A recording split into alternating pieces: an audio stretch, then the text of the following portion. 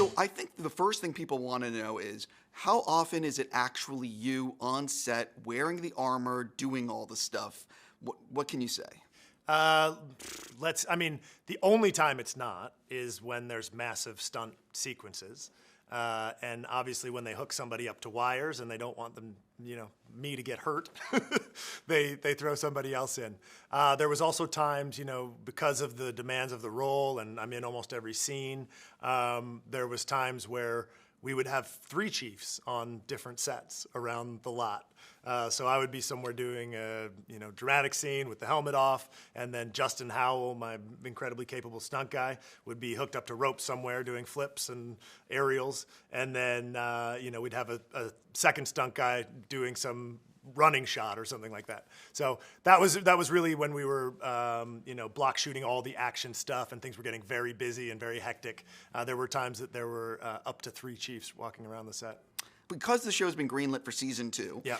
I think everyone wants to know, when are you actually going to start filming season 2? Because I'm sure they're going to want to see it as soon as they can. Yep, we'll be filming again this summer. So we're still figuring out exactly what the start date is, but we will be in production by summertime because we have a hard date that we need to be up and running in order to get some location that is weather affected. Sure. So here's something. You've been working for a while. Yeah. What was it actually like when they call you and say, we want you to play Master Chief? Because it's the lead. It's the role. Yep.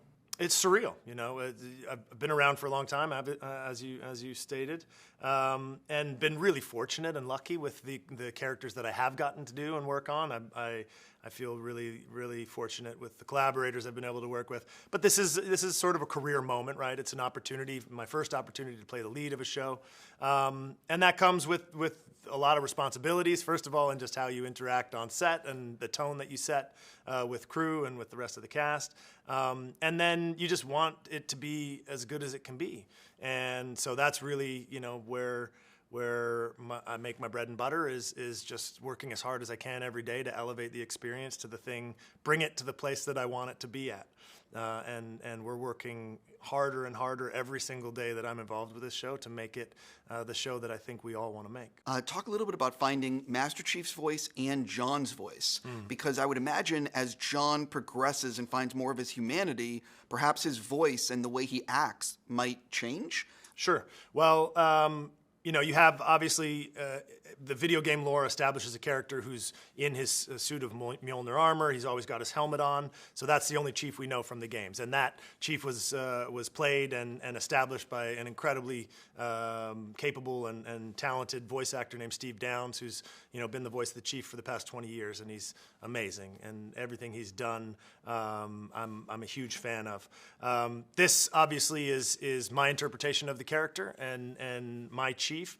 And the only reason to make a show, about the Master Chief and about Halo is to get underneath the suit, break down the character, and investigate aspects of his humanity and what makes him tick. The effects of war on the soldier in our society is one of the major themes that we're looking at. And him discovering, we meet a character who's cut off from his humanity, who doesn't have access to his emotions, who doesn't even have memories of his childhood. And it starts there, and he has an interaction with an artifact that brings back some memories from his childhood, and he begins the process of uncovering his own personal history.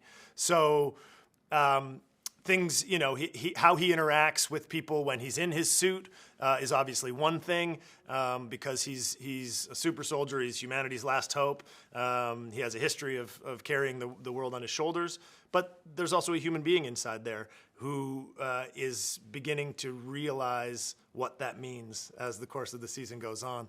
And so how he relates to that dawning, his own dawning humanity will be distinct from how he relates to the world inside that massive hunk of metal / plastic. Right, exactly. Key word is plastic. Yeah. On that note, I already got to go. I'm just going to say, man, congrats, and I really can't wait to watch episode 3 and beyond.